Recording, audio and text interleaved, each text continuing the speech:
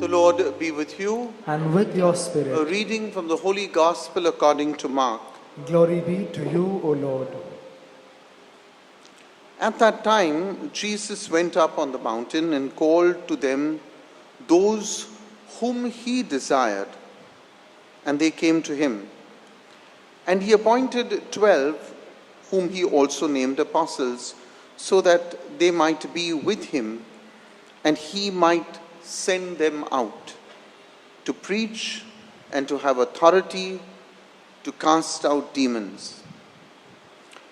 He appointed the 12, Simon, to whom he gave the name Peter, James, the son of Zebedee, John, the brother of James, to whom he also gave the name Boanerges, that is, the sons of thunder, Andrew and Philip and Bartholomew and Matthew and Thomas and James the son of Alphaeus and Thaddeus and Simon the Zealot and Judas Iscariot, who was to betray him.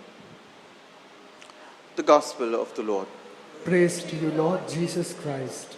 Please be seated. Open your Bibles to Mark chapter 3, verses 13 to 19. Mark chapter 3, 13 to 19.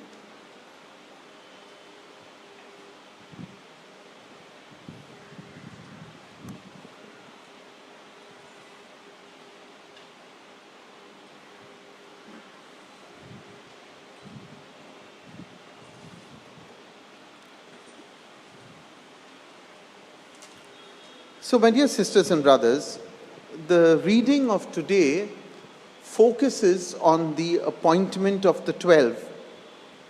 Of these 12, 4 of them already find mention earlier in Mark chapter 1, verses 16 to 20. We saw the call of Simon, of Andrew, of James and John. And now from the numerous people who follow Jesus, remember, there were so many who were following him.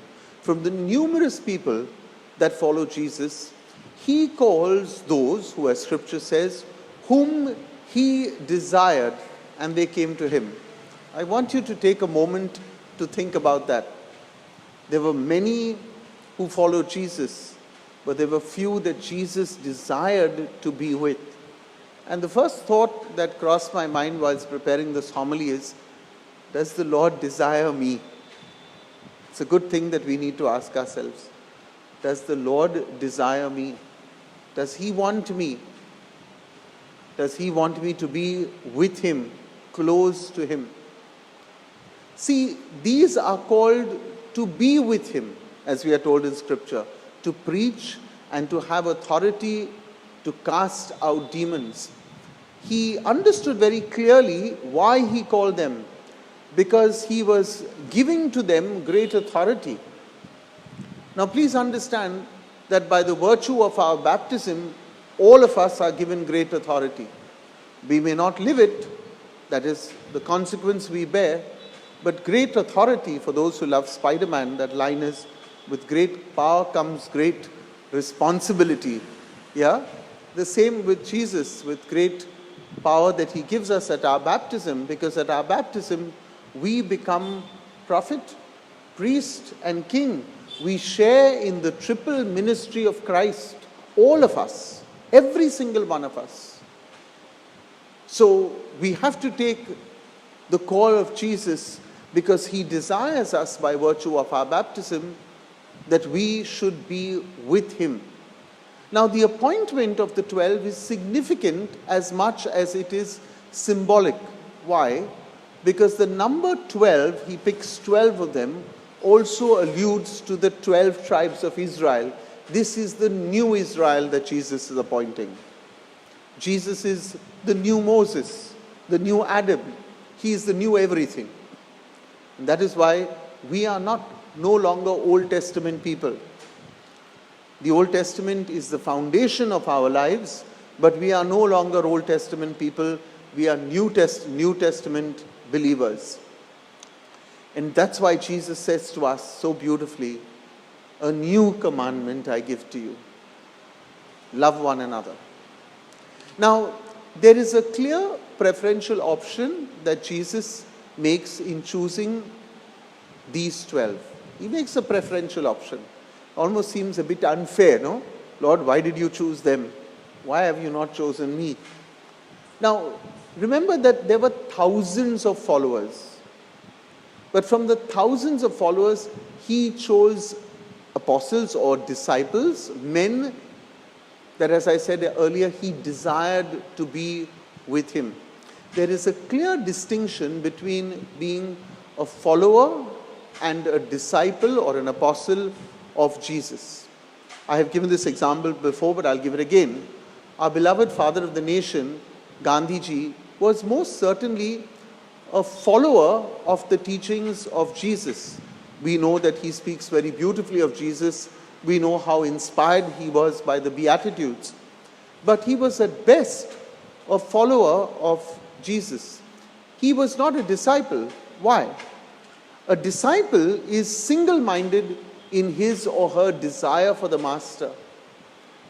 So there are many people, many Christians who break the first commandment because they in general accept Jesus, but they dabble in all kinds of numerology, the Church of Science, some Guruji there.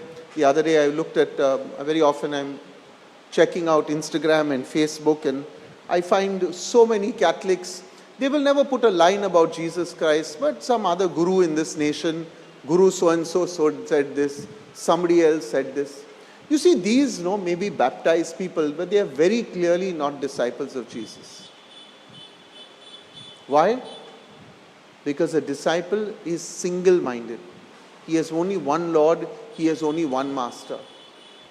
You cannot accept, I'm saying this clearly, you cannot accept anybody else to be your Lord and Master. You cannot accept anybody else to be your teacher. Jesus says there is only one teacher, he is the teacher. Very clearly. And that is why in the Gospel of John, 7 times he will say, I am. Nobody else. He doesn't say, I could be, I would be, I might be. He says, I am. So I want to say to those even watching online, if you have other sources of inspiration that you follow, then you break the first commandment. End of story. I am the Lord your God. You will have no other gods before me, none whatsoever. Full stop. So many people, many Catholics, cannot even call themselves disciples because they have many other Gurujis that they follow. And even worse, many other gods that they follow. Yeah? It's a matter of grave concern. I explained this once before, that while I preside over several mixed marriages, people of two different faiths, I always express my concern to the Catholic party. The Church's concern is very clear, that when you come to get married in church, we ask you two questions very clearly. Will you continue to uphold and preserve your faith? Yes or no? And will you baptize the children, bring them up in the faith? Will you do that? Many Catholics say, yes, Father. And then after some time, it's no, Father. It was done to make their family members happy. Many Catholics also get married in church, and then they go outside and get married in another religious rite. This is clearly a mistake.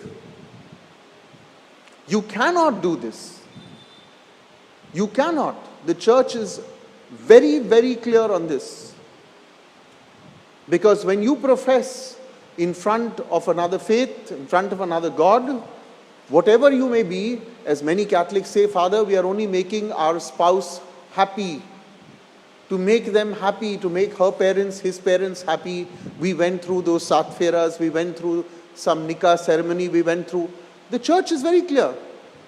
If you want this, it cannot be that. But we are deceived very often by Catholics who get married here and do not tell us there is another ceremony till we see it on Facebook.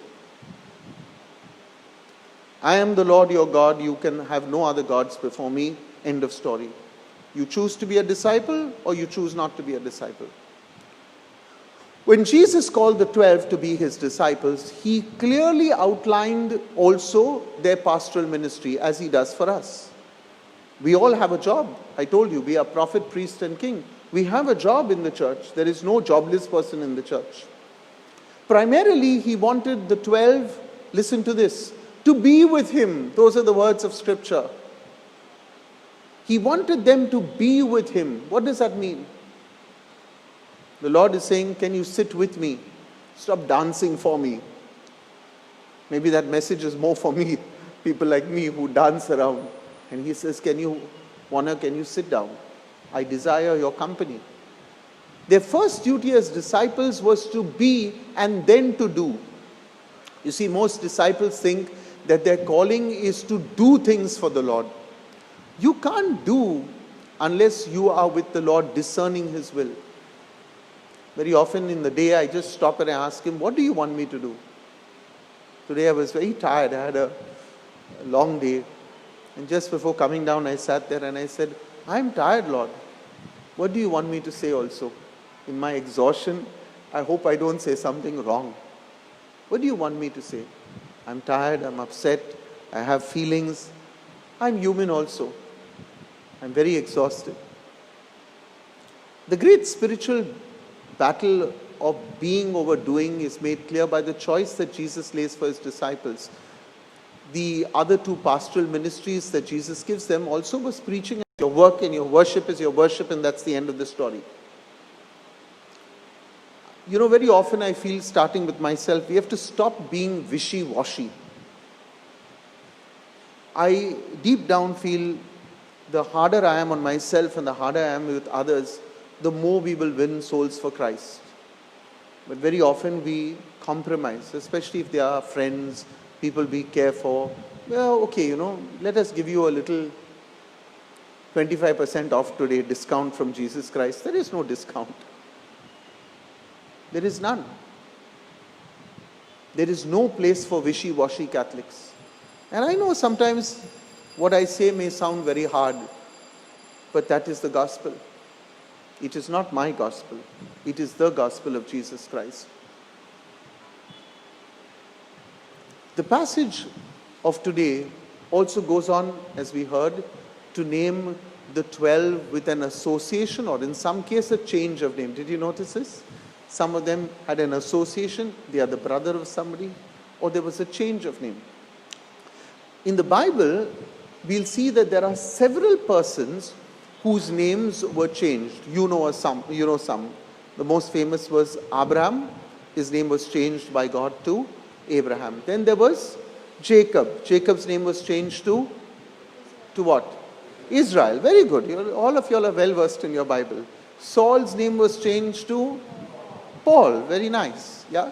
So a change in name often symbolizes a new role or a new station in life that one has to play, or perhaps a new beginning.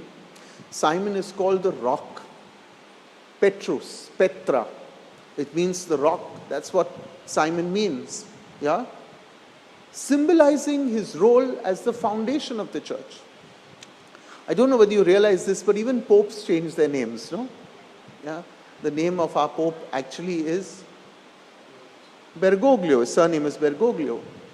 Yeah? The first pope to change his name did so in the 6th century. I don't know whether you know this. And it's a very interesting reason why he changed his name. Because his name he was named after the Roman god Mercury. And he thought it was very inappropriate to carry the name of a pagan god now that he was pope. And he chose, therefore, to change his name, and he was called John II. The gospel of today, therefore, is also a reminder to each of us to evaluate what is our role, what is our station in life with the Lord.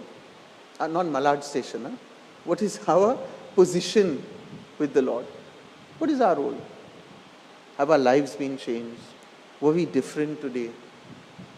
Are we followers or are we disciples?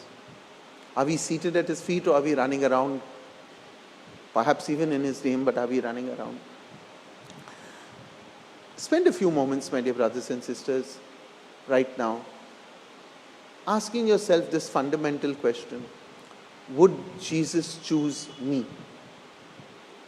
And if the answer is no, say, Lord, show me, teach me, guide me, so that when you call me to be your disciple, I would be one of them.